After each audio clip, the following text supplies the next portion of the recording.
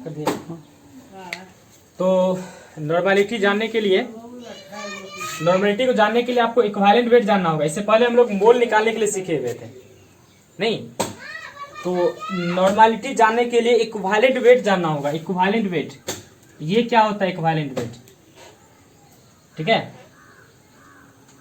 तो पहले हम लोग क्या करते हैं, इसको डिफाइन कर लेते हैं। नॉर्मेलिटी को फार्मूला लिख देते हैं, तो उसके बाद इक्विवेलेंट वेट पढ़ाएंगे, है ना? इक्विवेलेंट वेट क्या होता है, इस पे क्वेश्चन प्रैक्टिस करवा देंगे, तब जाके नॉर्मेलिटी के प्रॉब्लम पे आएंगे। तो पहले इक्विवेलेंट वेट का फार्मूला जान लेते हैं।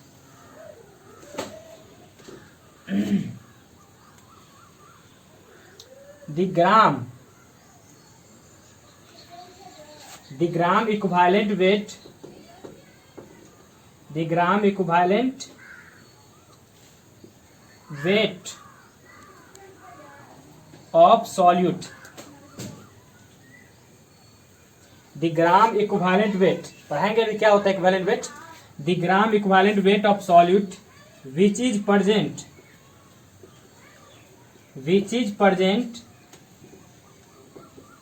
in 1 liter of solution या 1000 ml of solution, 1 liter of solution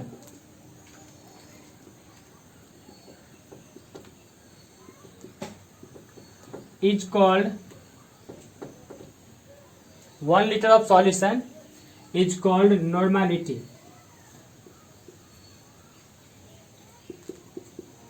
ठीक है, फिर से एक बार जान लीजिए। इसको पहले हम समझा देते हैं डिफिनेशन को, है ना? इसके बाद इक्विवेलेंट वेट समझाएंगे, तब जाके और अच्छे समझ में आएगा। The gram equivalent weight of solute, solute का ग्राम इक्विवेलेंट वेट जो प्रेजेंट होगा 1 लीटर सॉल्यूशन में, 1 litre of solution 1 litre solution में उपस्थित होता है, इसी को बोलते हैं नॉर्मेलिटी, है कि नहीं? ऐसे समझिए कि 1 लीटर सॉल्यूशन है, इस 1 लीटर सॉल्यूशन में 1 लीटर सॉल्यूशन में 1 लीटर सॉल्यूशन में सॉल्यूट का जितना ग्राम इक्विवेलेंट वेट प्रेजेंट होगा, 1 लीटर सॉल्यूशन में सॉल्यूट का नहीं, ग्राम इक्विवेलेंट वेट ऑफ सॉल्यूट का जितना ग्राम इक्विवेलेंट वेट प्रेजेंट होगा उसको बोलेंगे नॉर्मेलिटी। तो पहले हम लोग जानेंगे ग्राम इक्विवेलेंट वेट क्या होता है, तब तो ये डेफिनेशन समझ में आएगा। तो पहले इक्विवेलेंट वेट जानेंगे, है कि नहीं? इसको एक बार और देख लीजिए। इसको डिनोट करते हैं नॉर्मेलिटी को, it is denoted by N. Normality को एन से सूचित करते हैं, ठीक है? नॉर्मेलिटी को एन से, मतलब नॉर्मेलिटी बराबर होता है ना, एक्स गुना 1000 बटे ई या गुना इक्विवेलेंट वेट, यानी तो ये वाला फॉर्मूला लिखते हैं, एक्स बटे equivalent weight, E Q W T मतलब इक्विवेलेंट वेट, है ना? नॉर्मेलिटी बराबर एक्स गुना इक्विवेलेंट वेट, एक्स बटे इक्विवेलेंट वेट गुना 1000 बाय वॉल्यूम,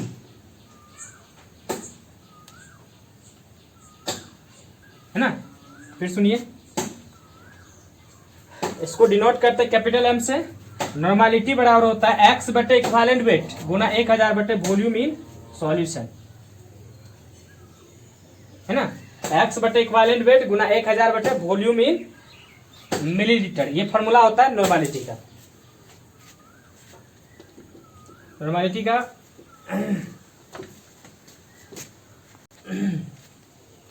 जहां पर आपको याद रखना है, एक्स का मतलब होता है गिवेन मास इन ग्राम,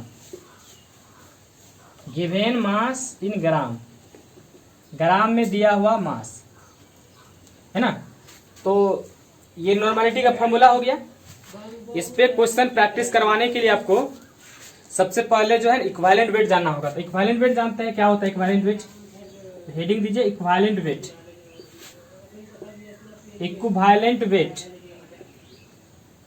ये क्या होता है इक्विवेलेंट वेट, इसको थोड़ा जानिए, है ना? इक्विवेलेंट वेट, ठीक है? इक्विवेलेंट वेट क्या होता है, 1 gram hydrogen, 1 gram of hydrogen, ध्यान देगा अच्छा से, 1 ग्राम हाइड्रोजन 8 ग्राम ऑक्सीजन और 35.5 ग्राम ऑफ क्लोरीन, है ना, ध्यान देगा अच्छा से। 1 ग्राम हाइड्रोजन, नहीं 8 ग्राम ऑक्सीजन और 35.5 ग्राम क्लोरीन से जो वेट प्राप्त होगा, 1 ग्राम हाइड्रोजन, 8 ग्राम ऑक्सीजन और 35.5 ग्राम क्लोरीन से जो वेट प्राप्त होगा, इसी वेट को बोलते हैं इक्विवेलेंट वेट। अभी हम क्वेश्चन करवाएंगे आपको। 1 ग्राम हाइड्रोजन, 8 ग्राम ऑक्सीजन और 35.5 ग्राम क्लोरीन से जो वेट प्राप्त होगा, मास प्राप्त होगा, इसी को बोलते हैं इक्विवेलेंट वेट, है कि नहीं। तो पहले इसको डिफाइन कर देते हैं, यानी तो पहले इस पे क्वेश्चन देखिएगा, देख लीजिए। जैसे मान लो H2 पहले डिफाइन कर देते, तब आपको समझ में आएगा।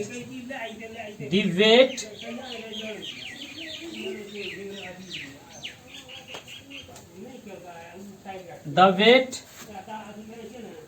which is found by 1 gram of hydrogen, 1 gram of hydrogen, 8 gram of oxygen and 35.5 gram of chlorine, ऐसा वेट जो प्राप्त होगा, है ना, 1 ग्राम हाइड्रोजन से, 8 ग्राम ऑक्सीजन से और 35.5 ग्राम क्लोरीन से, इसी को बोलते हैं इज कॉल्ड इक्विवेलेंट वेट। ठीक है, इक्विवेलेंट वेट। स्टॉप कीजिए सर। तो थोड़ा समझना है, ऐसा वेट जो प्राप्त होगा 1 ग्राम हाइड्रोजन से, नहीं 8 ग्राम ऑक्सीजन से और 35.5 ग्राम क्लोरीन से, इसी को बोलते हैं इक्विवेलेंट वेट। ऐसे ये 11th में भी पढ़ाते हैं, है ना। और इक्विवेलेंट वेट जो है आपको अगला चैप्टर इलेक्ट्रोकेमिस्ट्री है वो पढ़ाएंगे, तो वहां भी जरूरत पड़ेगा, इसको सीखिए अच्छा से। इक्विवेलेंट वेट क्या होता है, 1 ग्राम हाइड्रोजन, 8 ग्राम ऑक्सीजन और 35.5 ग्राम क्लोरीन से जो वेट प्राप्त होगा, मतलब मास प्राप्त होगा, इसी को इक्विवेलेंट वेट कहते हैं, है ना। इसको डिनोट करते हैं, इट इज डिनोटेड, सूचित करते हैं इसको ई से। इक्विवेलेंट वेट को हम लोग ई से डिनोट करते हैं, है ना। तो कैसे निकालते हैं इक्विवेलेंट वेट, थोड़ा समझिए इसको।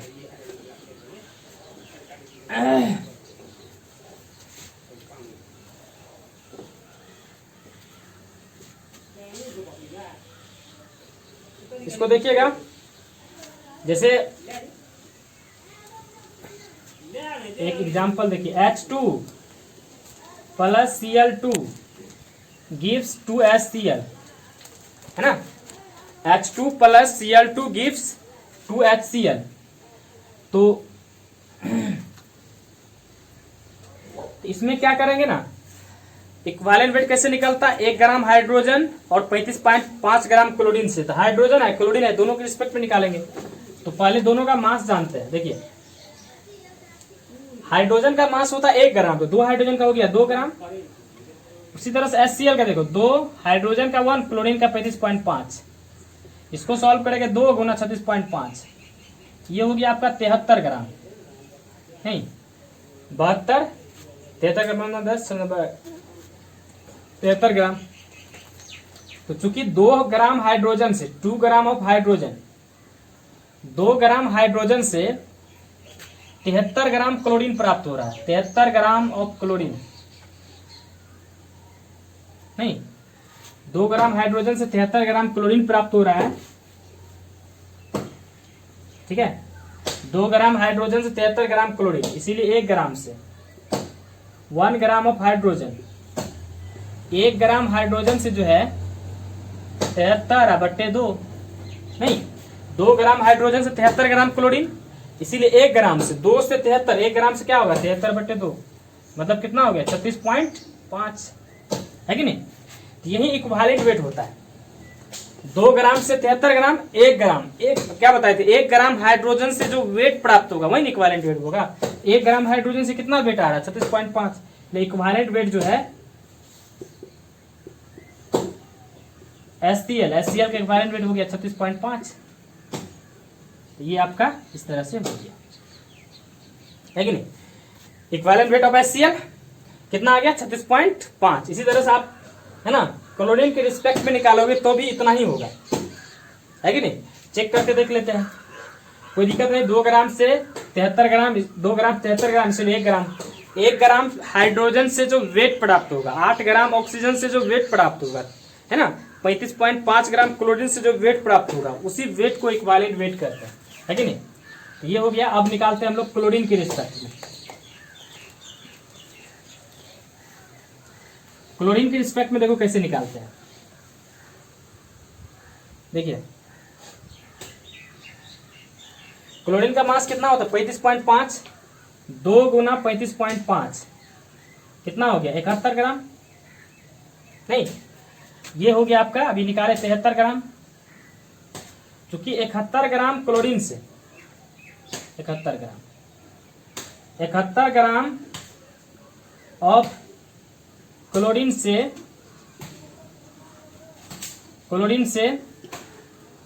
कितना वेट प्राप्त हो रहा है 73 ग्राम HCl।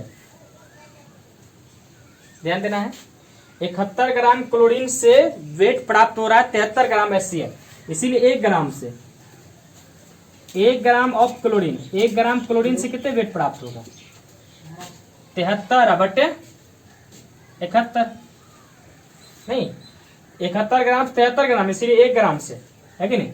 चूंकि क्लोरीन है तो क्लोरीन का रेफरेंस क्या होता है याद रखना, हाइड्रोजन का रेफरेंस 1 ग्राम, ऑक्सीजन का 8 ग्राम, और क्लोरीन का जो रेफरेंस होता है वो होता है 35.5 ग्राम। याद रखना है, हाइड्रोजन का 1, ऑक्सीजन का 8 और क्लोरीन का 35.5, ये रेफरेंस होता है कि नहीं। तो इसके रिस्पेक्ट में जो वेट प्राप्त होता है वही इक्विवेलेंट वेट होता है कि नहीं। इक्विवेलेंट वेट को पूरा डिटेल्स 11 में पढ़ाए होंगे, तो यहाँ पर जितना जरूरत पड़ेगा 12th में उसको बताया। 1 ग्राम क्लोरीन से 73/71, 1 ग्राम से इतना हो गया। अब 35.5 ग्राम लिखेंगे, क्यों, क्योंकि क्लोरीन का रेफरेंस क्या होता है 35.5 ग्राम। नहीं, इसीलिए 35.5 gram of chlorine, 35.5 gram of chlorine से 73/71 गुना 35.5 कट जाएगा 2 मरतबा में, ये हो गया 36.5। देखो तो बराबर है, पहले भी 36.5 आया था यहाँ भी, है कि नहीं। तो HCl का इक्विवेलेंट वेट जो है ना, तो किसी के रिस्पेक्ट में तुम निकालो, हाइड्रोजन के रिस्पेक्ट में निकालो या क्लोरीन का रिस्पेक्ट में निकालो, उतना ही होगा, है कि नहीं, समझे। तो इस तरह से याद रखना, इक्विवेलेंट वेट ऑफ, यहाँ भी HCl कितना आया 36.5। तो इस तरह से इक्विवेलेंट वेट को निकाला जाता है। हाइड्रोजन का 1 ग्राम, है ना, ऑक्सीजन का 8 ग्राम और क्लोरीन का 35.5 ग्राम। चलिए अब ऑक्सीजन के रिस्पेक्ट में निकालने के लिए सीखते हैं।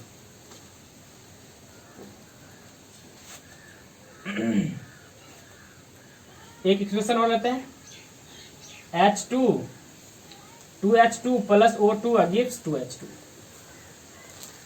हाइड्रोजन के रिस्पेक्ट में निकालने के लिए सीख गए हैं।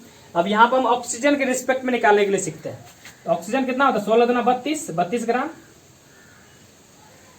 और ये हो गया H2O का 18 दूना कितना 36 ग्राम। नहीं, H2O का मास कितना होता है 18, H2O 2 हाइड्रोजन का 2 ऑक्सीजन का 16, 16 2 18, 18 दूनी 36 ग्राम।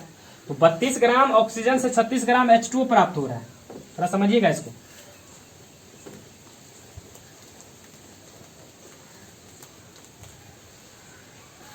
यहां पे लिखेंगे, चूंकि 32 ग्राम ऑफ ऑक्सीजन से 36 ग्राम H2O प्राप्त हो रहा है। 32 ग्राम ऑक्सीजन से 36 ग्राम H2O प्राप्त हो रहा है, इसीलिए 1 ग्राम से 1 ग्राम ऑफ ऑक्सीजन से 36/32, चूंकि ऑक्सीजन है, ऑक्सीजन का रेफरेंस कितना होता है 8 ग्राम, इसीलिए 8 ग्राम में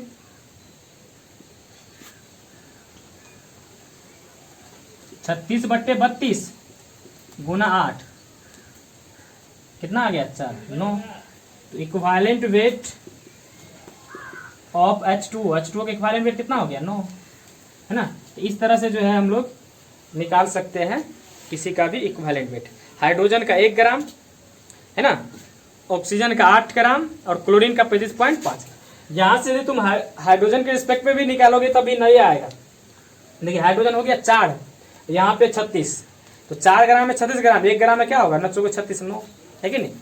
तो याद रखना है हाइड्रोजन का 1 ग्राम, ऑक्सीजन का 8 ग्राम और क्लोरीन का 35.5 ग्राम में जो वेट प्राप्त होगा उसी वेट को इक्विवेलेंट वेट कहते हैं। इक्विवेलेंट वेट निकालने के लिए सीखे हम लोग। अब इसके बाद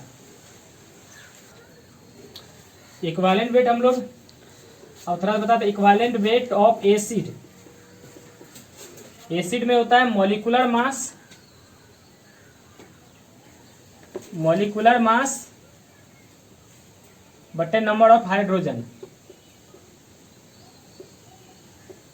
एसिड जानते हैं ना जो H+ देता है, मॉलिक्यूलर मास बटे नंबर ऑफ हाइड्रोजन। चलिए इस पे क्वेश्चन कर लेते हैं। H2SO4 इसका इक्विवेलेंट वेट आपको बोल देगा निकालने के लिए। इक्विवेलेंट वेट बराबर मॉलिक्यूलर मास, नहीं मॉलिक्यूलर मास बटे नंबर ऑफ हाइड्रोजन। इसका मॉलिक्यूलर मास 2 हाइड्रोजन को 2, सल्फर का 32, ऑक्सीजन का 16 चौके 64, मॉलिक्यूलर मास हो गया बटे नंबर ऑफ हाइड्रोजन। हाइड्रोजन कितना है इसमें 2 है ना, तो ये हो गया टोटल 98, ये हो गया 49। ठीक है, उसी तरह से यदि हम H3PO4 का निकालेंगे, H3PO4 का निकालेंगे क्या होगा, equivalent weight molecular mass 3 hydrogen का हो गया 3, नहीं फास्फोरस का मास होता है 31, ऑक्सीजन का 16, 4 का कितना हो गया 64 बटे नंबर ऑफ हाइड्रोजन। हाइड्रोजन कितना है 3, ये हो गया जोड़िएगा तो 98 हो जाएगा। 4 1 5 3 8 6 3 9, 98/3, तो 3 3 2 32.6 ये आ गया, है कि नहीं। तो इस तरह से हम लोग किसी का भी निकाल सकते हैं। एक HNO3 का निकाल लेते हैं। यहां से भी इक्विवेलेंट वेट निकालेंगे तो मॉलिक्यूलर मास हाइड्रोजन का नाइट्रोजन का 14 48/1 63/1 मतलब 63 है कि नहीं। तो एसिड केस में क्या करेंगे, खाली एक जगह आप लोग एक्सेप्शन याद रखिएगा, है कि नहीं। इसको पहले देख लीजिएगा। एसिड बराबर मॉलिक्यूलर मास बटे नंबर ऑफ हाइड्रोजन, है कि नहीं। एक जगह एक्सेप्शन आप याद रखिएगा H3PO2 H3PO3, यहाँ पे 3 हाइड्रोजन है ना, 3 हाइड्रोजन नहीं लेकर यहाँ पर हाइड्रोजन का संख्या जो है यहाँ पर 2 देंगे, यहाँ पे जैसे है ना, यहाँ पर इसके केस में खाली याद रखिएगा हाइड्रोजन की संख्या कितना लेंगे 2। क्यों ऐसा होता है इसका भी रीजन जान लीजिए, ये हम आगे बताएंगे P ब्लॉक में, अभी नहीं समझ में आएगा। P double bond oxygen, oxygen hydrogen, अभी आप लोग को ये समझ में नहीं आएगा, ठीक है। तो वैसे देख लीजिए, पूछेगा कोई दिमाग में आते रहेगा ऐसा यहाँ पे ऐसे हो गया, यहाँ पे क्यों नहीं ऐसा होगा, है कि नहीं। तो ये देखो फास्फोरस जो है इस तरह से बॉन्ड बनाता है ना। तो 3 हाइड्रोजन है, पहले 3 ऑक्सीजन है, तो एक ऑक्सीजन यहाँ हो गया, एक यहाँ हो गया, एक यहाँ हो गया। अब 3 हाइड्रोजन है, 3 हाइड्रोजन, एक हाइड्रोजन यहाँ पर, एक हाइड्रोजन यहाँ पर, एक, तो जितना हाइड्रोजन ऑक्सीजन के साथ जुड़ा हुआ रहता है वही यहाँ पर होता है, वही हाइड्रोजन यहाँ पे होता है, ठीक है। इस सब का जो स्ट्रक्चर बनाइएगा, बताएंगे आगे स्ट्रक्चर बनाने के लिए। इसमें 2 हाइड्रोजन ऑक्सीजन के साथ जुड़ा हुआ रहता है, इसीलिए यहाँ पर 2 लेते हैं, ठीक है। यहाँ भी स्ट्रक्चर बनाइएगा तो 3 हाइड्रोजन तीनों का तीनों ऑक्सीजन से जुड़ा हुआ रहेगा। जैसे यहाँ पर देखो 3 हाइड्रोजन, लेकिन कितना हाइड्रोजन ऑक्सीजन से जुड़ा हुआ है 2, यही 2 हाइड्रोजन जो है जो ऑक्सीजन उसको बेसिसिटी कहते हैं, बेसिसिटी है ना, ये डायबेसिक होता है। और एक चीज ऑब्जेक्टिव आपको पूछेगा तो यहाँ समझ लीजिए, यहाँ पे 2 OH है डायबेसिक, यहाँ पर देखो 2 हाइड्रोजन है, 2 हाइड्रोजन है तो डायबेसिक ये भी होगा, 3 हाइड्रोजन है तो ट्राइबेसिक, क्योंकि ये तीनों हाइड्रोजन ऑक्सीजन से जुड़ा हुआ रहेगा, ठीक है। तो ये ऑब्जेक्टिव है। दे देगा H3PO4 क्या है, डायबेसिक है ना, मोनोबेसिक, ट्राइबेसिक, तो ट्राइबेसिक होगा ये। तो 3 हाइड्रोजन है, तीनों हाइड्रोजन ऑक्सीजन से जुड़ा हुआ रहेगा, इसीलिए यहाँ पर 2 से भाग देते हैं, ठीक है।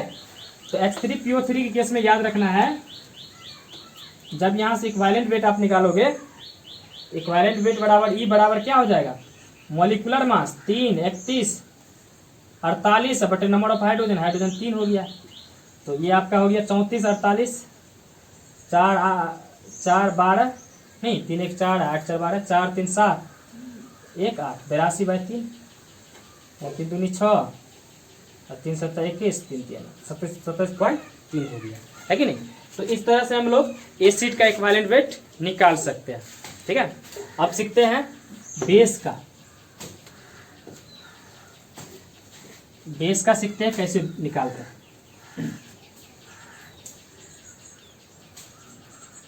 Equivalent weight of base, equivalent weight of base. Base का वही फॉर्मूला, मॉलिक्यूलर मास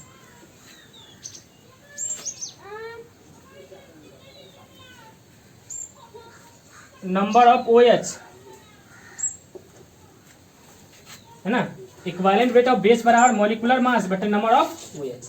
जैसे देखिए AlOH का हल 3, इसका निकालेंगे इक्विवेलेंट वेट। ठीक है, इसका जो इक्विवेलेंट वेट निकालेंगे तो मॉलिक्यूलर मास, नहीं लाइट देखिए थोड़ा सा, मॉलिक्यूलर मास है कि नहीं, तो इक्विवेलेंट वेट बराबर इक्विवेलेंट वेट ऑफ बेस बराबर मॉलिक्यूलर मास बटे नंबर ऑफ OH। यहां से जब इक्विवेलेंट वेट निकालेंगे तो मॉलिक्यूलर मास एल्युमिनियम का हो गया 27, एल्युमिनियम का 27 प्लस ये 3 हो जाएगा ना, ऑक्सीजन का 16, हाइड्रोजन का 1। ठीक है, 3 ऑक्सीजन का 16, हाइड्रोजन का 1, एल्युमिनियम का 27 बटे नंबर ऑफ OH। OH कितना है 3, तो 3 से भाग देंगे। 27 प्लस 3 इधर हो गया 17, 27 बाय 51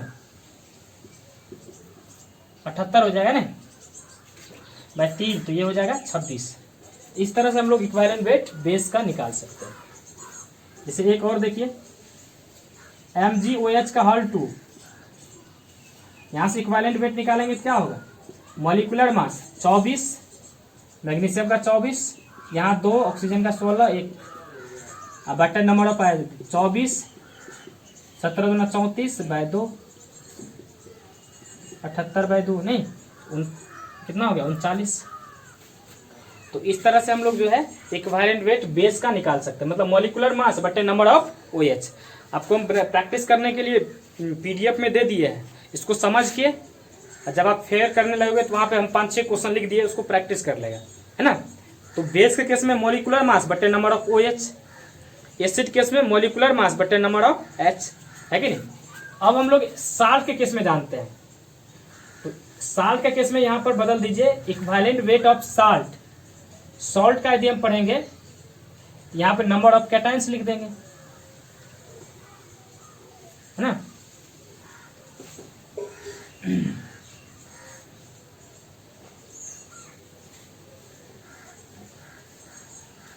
देखो कैटायन एनायन तोड़ने के लिए आप लोग को आता होगा, शायद हम बताए थे, एक बार देख लीजिए, ऐसे हम क्वेश्चन भी कराते जाते। जैसे मान लीजिए आपको दे देगा NaCl का जो है इक्विवेलेंट वेट निकालने के लिए, तो NaCl टूटेगा आपको Na प्लस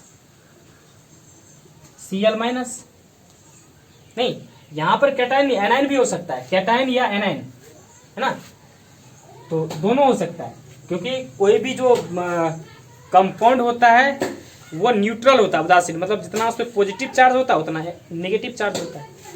ठीक है, तो यहां से जब इक्विवेलेंट वेट हम लोग निकालेंगे तो क्या होगा, इसका मॉलिक्यूलर मास Na का मास हो गया 23, क्लोरीन का 35.5 बट्टे नंबर ऑफ कैटायन।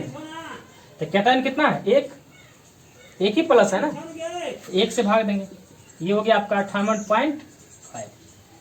ठीक है, तोड़ने के लिए आना चाहिए आप लोग को। जैसे मान लो AlCl3 दे दिया, तो बेटा देखो पहले तोड़ते कैसे, एल्युमिनियम हो गया 1 और क्लोरीन हो गया आपका 3, है ना, एल्युमिनियम 1 क्लोरीन 3, है कि नहीं। तो ये होता कैसे है, देखिए ये 3 चल जाएगा यहाँ पर, 1 आ जाएगा यहाँ पर, है कि नहीं, इस तरह से टूटता है। ये आपका बन जाएगा एल्युमिनियम, इधर हो गया क्लोरीन, ये 3 चल आएगा एल्युमिनियम पर, उल्टा होता है, ये 3 चल जाएगा यहाँ पर, एल्युमिनियम का 1 आ जाएगा क्लोरीन पर, तो शुरू में प्लस बाद में माइनस, है कि नहीं।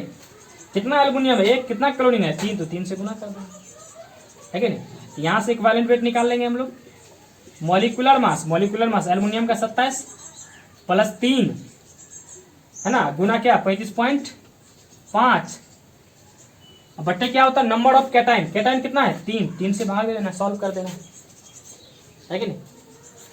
इस तरह से हम लोग जो है किसी का भी इक्विवेलेंट वेट निकाल सकते हैं साल्ट के केस में। चलिए कुछ और क्वेश्चन प्रैक्टिस करवा देते हैं।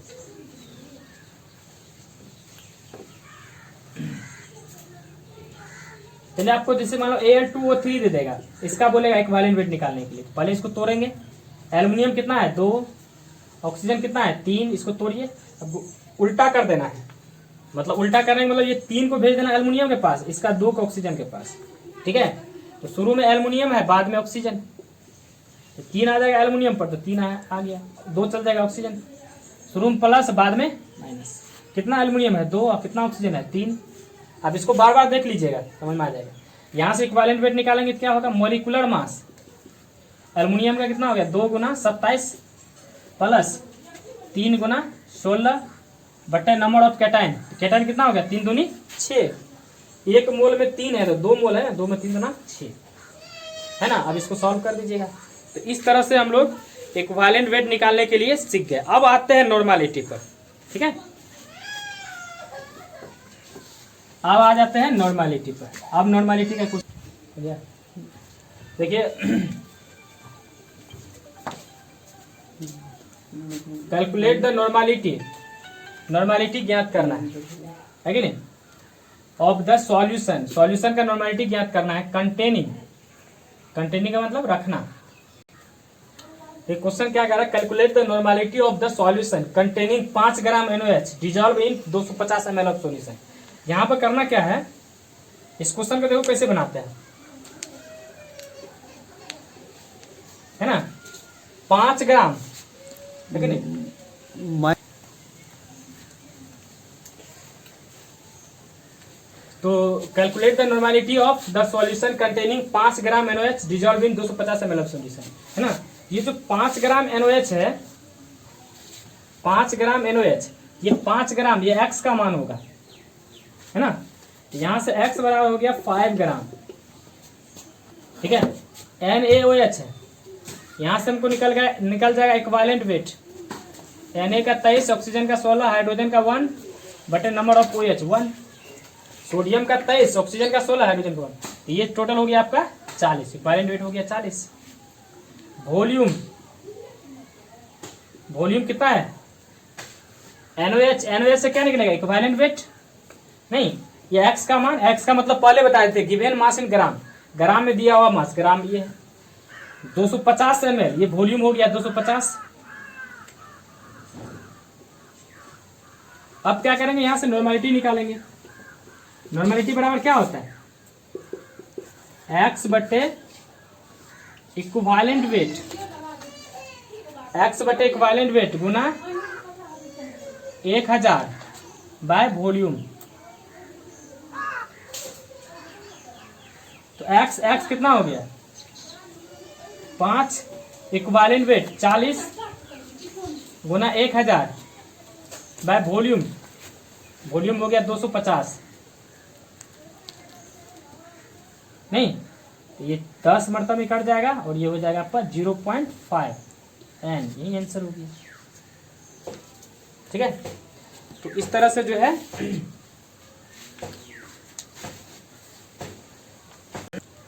तो वह फिर समझ लीजिए, नॉर्मलिटी काढ़ा निकालने के नॉर्मलिटी बराबर फॉर्मूला क्या होता है, x बटे इक्विवेलेंट वेट गुना 1000 बाय वॉल्यूम। x का मतलब होता है गिवन मास इन ग्राम, ग्राम में मास कितना दिया हुआ 5, x का मान हो गया 5। NaOH, अभी इक्विवेलेंट वेट निकालने के लिए सीखा है। NaOH क्या है, बेस है कि नहीं, तो बेस है तो यहाँ से इक्विवेलेंट वेट बराबर क्या होगा मॉलिक्यूलर मास बट्टे OH, OH की संख्या 1 है तो 1 से भाग दिए 40 निकल गया। वॉल्यूम आपको दिया हुआ है 250 ml, वॉल्यूम 250 ml, नहीं अब जो है नॉर्मलिटी बराबर फॉर्मूला ये होता है, इसमें बैठा दिए, है कि नहीं। तो इस तरह से ये वाला क्वेश्चन देख लीजिए आप लोग, क्या लिखा हुआ, calculate normality of 98 gram H2SO4, नहीं 500 ml सॉल्यूशन है कि नहीं। तो हम क्या करेंगे, यहां से यहां पर आपको x का मान 98 ग्राम क्या है, x है, x हो गया आपको 98 ग्राम, नहीं H2SO4 है तो H2SO4 का क्या निकलेगा इक्विवेलेंट वेट, 2 सल्फर का 32, 16 चौके 64 बटे नंबर ऑफ हाइड्रोजन 98 बाय 2 कितना हो गया 49। इक्विवेलेंट वेट निकल गया हमको, नहीं। अब यहां से इक्विवेलेंट वेट निकल गया, एक्स निकल गया, उसके बाद वॉल्यूम दिया हुआ है, वॉल्यूम दिया हुआ ना 500, सिंपल बैठा देंगे। इक्विवेलेंट वेट बराबर नॉर्मलिटी बराबर क्या होता है, एक्स बाय इक्विवेलेंट वेट गुना 1000 बाय वॉल्यूम।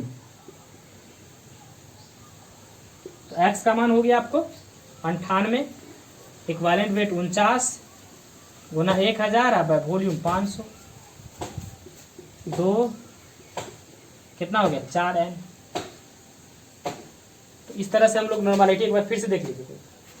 नॉर्मलिटी करा निकालने के लिए गिवन मास इन ग्राम, एक्स का मतलब क्या होगा, ग्राम में जो मास दिया हुआ है, H2SO4 यहाँ से इक्विवेलेंट वेट निकाल लेंगे, एसिड है, मोलिकुलर मास बटे नंबर ऑफ हाइड्रोजन, है ना।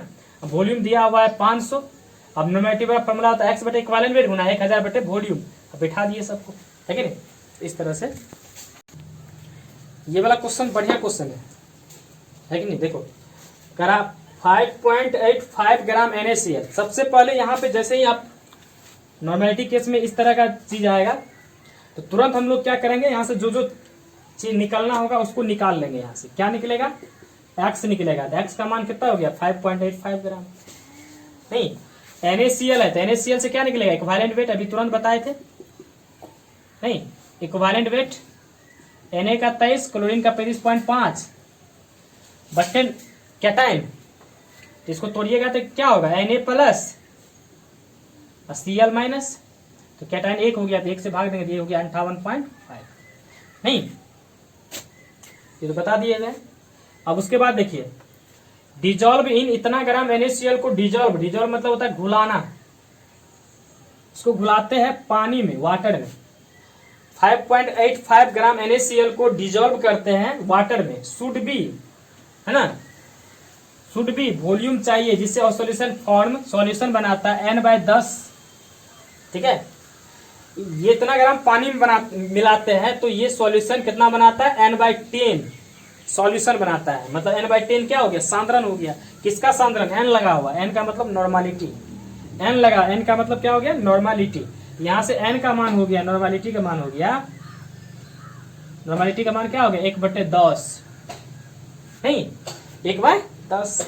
अब क्या करेंगे, सब चीज दिया हुआ है, इसको बैठा देंगे, यहाँ से वॉल्यूम निकालेंगे। तो नॉर्मलिटी बराबर फॉर्मूला क्या होता है, नॉर्मलिटी बराबर होता है एक्स बाय क्या, इक्विवेलेंट वेट गुना 1000 बाय वॉल्यूम। तो बोल रहा है हमको वॉल्यूम निकालने के लिए, what should be the volume of the solution to form, करा कितना वॉल्यूम बढ़ेगा जिससे सॉल्यूशन इतना हो जाएगा। तो वॉल्यूम बोल रहा है, ये बोल रहा है निकालने के लिए। तो नॉर्मलिटी हमको दे दिया 1/10, नहीं एक्स का मान दिया है 5.85, इक्विवेलेंट वेट हमको पता है 58.5, 1000, यहाँ वॉल्यूम को एक्स मान लेंगे, कोना कोने गुना कर देंगे, अपना आ जाएगा, यहाँ से एक्स का मान निकाल लेंगे। नहीं एक्स का मान सॉल्व करके निकाल लेंगे, नहीं तो हम सॉल्व कर देते हैं इसको। देखिए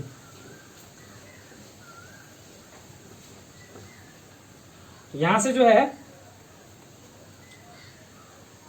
तो जैसे ही सॉल्व करेंगे यहां से, तो यहाँ ऊपर हो गया 100, नीचे हो गया 10, नहीं तो ये कट जाएगा, लेकिन ये भी 10 से कट जाएगा, इधर 1 0 काट देगा। तो x बराबर यहाँ पे कितना हो गया 1000 ml, मतलब क्या 1 लीटर, यही आंसर हो गया, है कि नहीं। तो इस तरह से हम लोग क्वेश्चन को सॉल्व कर सकते हैं, ठीक है। नॉर्मलिटी दे देगा, बोल देगा वॉल्यूम निकालने के लिए, कहीं कहीं बोल देगा मास निकालने के लिए, ठीक है। तो इससे पहले वाले प्रॉब्लम में हम लोग वॉल्यूम निकालने के लिए सीखे, यहाँ पर मास निकालने के लिए सीखेंगे, मास है कि नहीं, एक्स का मान निकालने के लिए सीखेंगे। तो कैसे निकालेंगे, देखिए यहाँ पे क्या क्या दिया हुआ है। पहले आपको यही बोल रहा है मास निकालने के लिए, मास का मतलब क्या, एक्स निकालना हमको, एक्स नॉर्मलिटी बराबर होता है ना एक्स बटे इक्विवेलेंट वेट गुना 1000 बटे वॉल्यूम, तो वही एक्स बोल रहा है ज्ञात करने के लिए, ठीक है। NaOH का तो सोडियम हाइड्रोक्साइड है, जहां से इसका इक्विवेलेंट वेट निकल जाएगा ई। रिक्वायर्ड टू प्रिपेयर मतलब तैयार करना, रिक्वायर्ड आवश्यक,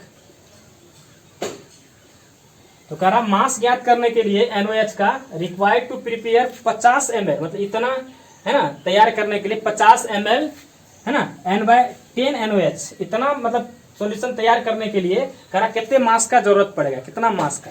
यहाँ पर क्या क्या दिया हुआ पहले सो देखिए। X बोल रहा है ज्ञात करने के लिए NaOH है, तो NaOH है तो यहाँ से क्या निकलेगा इक्विवेलेंट वेट। Na का 23, ऑक्सीजन का 16, हाइड्रोजन का 1 बटे OH 1, ये हो गया 40, इक्विवेलेंट वेट निकल गया। नहीं तो वॉल्यूम आपका दिया है 50 ml, नॉर्मलिटी 1/10। नहीं तो यहां से हम क्या करेंगे, जो नॉर्मलिटी निकालेंगे क्या होता है X बटे इक्विवेलेंट वेट गुना 1000 बाय वॉल्यूम, है ना। X कितने हो गया आपका, X निकालना है, नॉर्मलिटी दे दिया है 1/10, X इक्विवेलेंट वेट हो गया आपका 40 गुना 1000, वॉल्यूम हो गया 50। यहां से X का मान ज्ञात कर देना है ना सन, है कि नहीं। कह रहा मास ज्ञात करने तो मास को हम लोग X मान लिए, सब चीज दिया NaOH है तो इसका इक्विवेलेंट वेट निकाल लिए, वॉल्यूम 50 ml दिया हुआ है, नॉर्मलिटी 1/10 है, तो सब चीज दिया हुआ है। यहाँ से X निकाल लेंगे कोना कोनी गुना करके, हम आधा सॉल्व कर देते हैं। ये 0 कट गया, कितना मतलब में 2 हो गया, इधर हो गया आपका है ना, 1 0 से 1 0 ये कैंसिल, ये हो गया आपका X बराबर कितने हो जाएगा 8 ग्राम हो जाएगा।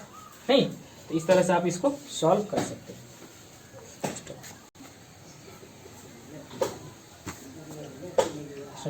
हाँ नॉर्मलिटी इक्वेशन देखिए, नॉर्मलिटी इक्वेशन में पहला क्या है, पहला है कि मान लो कोई सॉल्यूशन है, ठीक है, जिसका वॉल्यूम V1 है और नॉर्मलिटी N1 है, तो ये कंसंट्रेट है। शुरू में कोई भी सॉल्यूशन कंसंट्रेट होता है, नहीं जब उसमें पानी मिला देंगे तो वो डाइल्यूट हो जाएगा, ये कंसंट्रेट सॉल्यूशन है, कंसंट्रेट है ना।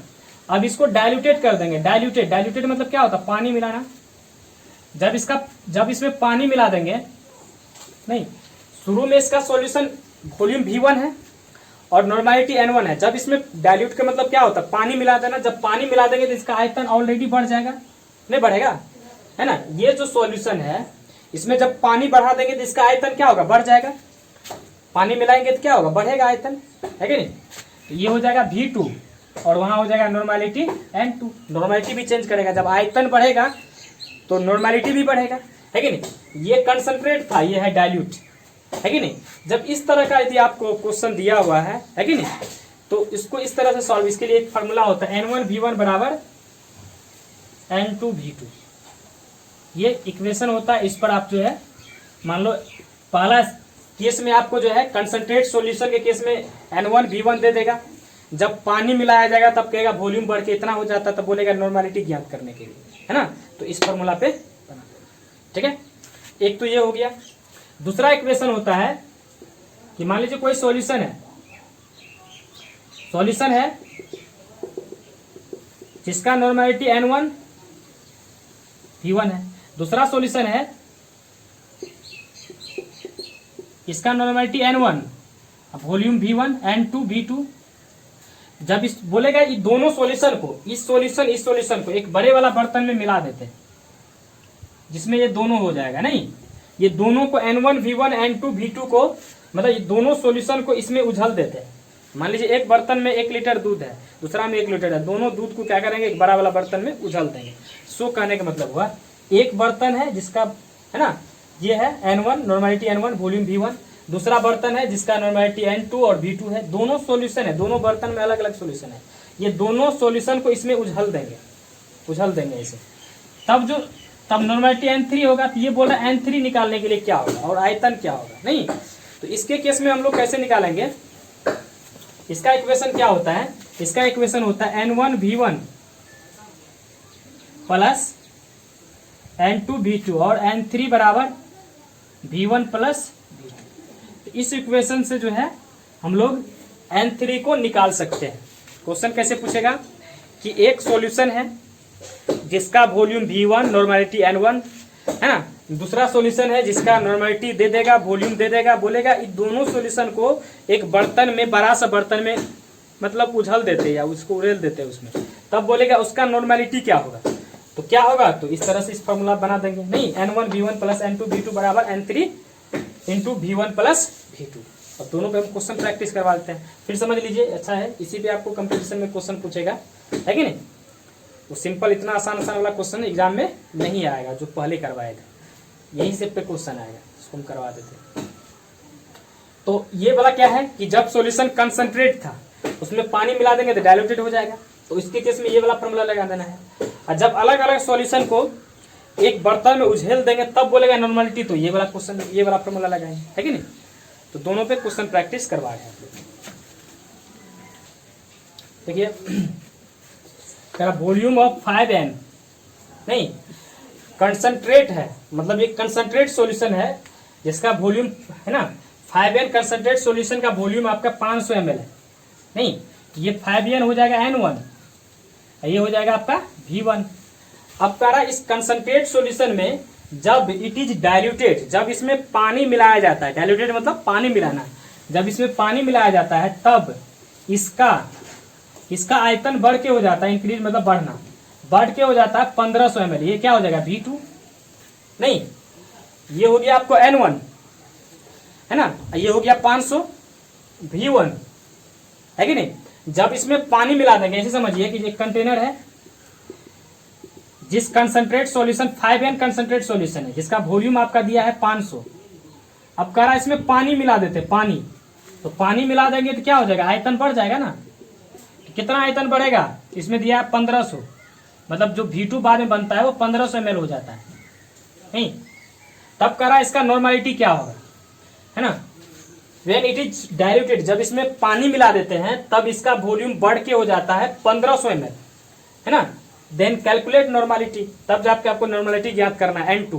तो क्या करेंगे, सिंपल है, नहीं सब चीज दिया हुआ, अब इसको क्या करना है, केवल